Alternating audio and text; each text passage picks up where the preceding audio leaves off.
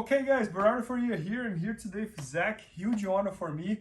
Guys, I just finished filming the next instruction from my series Jiu-Jitsu for Old Guys. And this one is called the Nasty Control and Sneaky Submissions. So Bernardo, what do you mean with that? So guys, I truly believe that when you are getting older as a grappler, you should be focusing a lot on very good control, on making sure that when you get a position, you make that as much uncomfortable as possible to your opponent.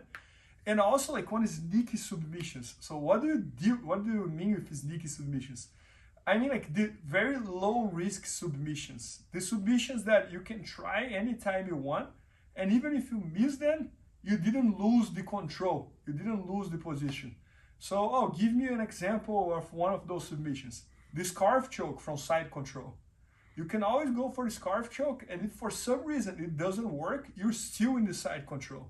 Another one, the katagatame from mount, or some people call the arm triangle. You can always go to the katagatame, and even if you miss, you are still on the mount. Different than arm bar from the mount, for example. If you are on the mount and you miss the arm bar, you're probably gonna land on borrow, with your opponent hungry to go against you, and etc.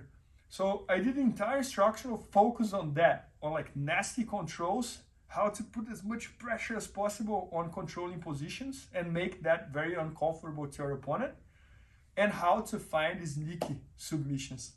So I'm just gonna give you like a little bit of a preview here of some stuff that we went on. And so for example, on side control, we talked a lot about the importance of getting side control and not being rushed to do anything. So for example, when I get the side control, even before thinking attacking, I'm thinking about making this very uncomfortable for him. So I'm thinking about placing my hand underneath his armpit, putting a ton of pressure on his face. Look his face over there. That's the goal. When I do this, besides making him tired, I'm also making him uncomfortable, and I'm gonna open him up. So you can see that his elbow is closing, If you see from the other angle, once I start making pressure on his face, look what happens to this elbow. I start making pressure. His reaction is to try to open that elbow, and then I catch that elbow, okay? And then, once we made a ton of pressure on him, we gotta understand what should be the next step.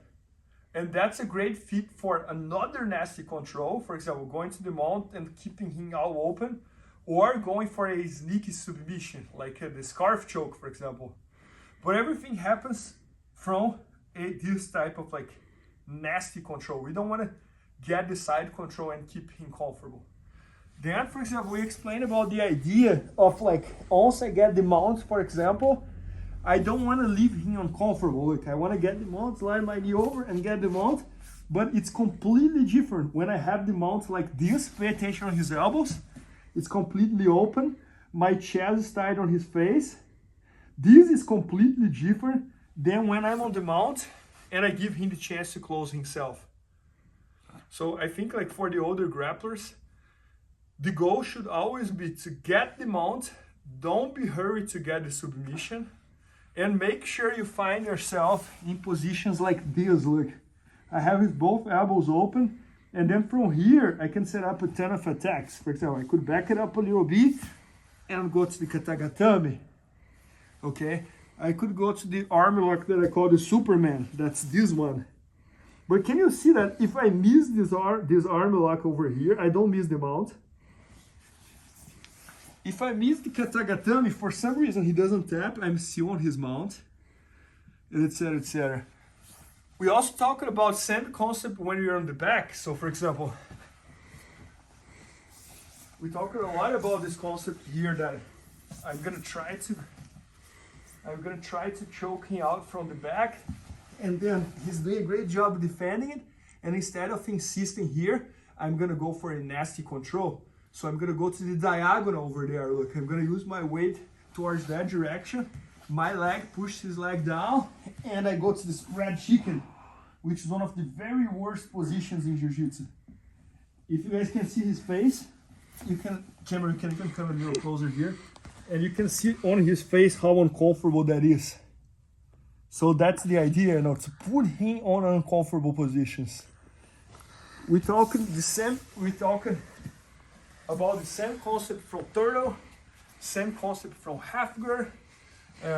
So this was the idea, like how to find nasty positions and sneaky submissions.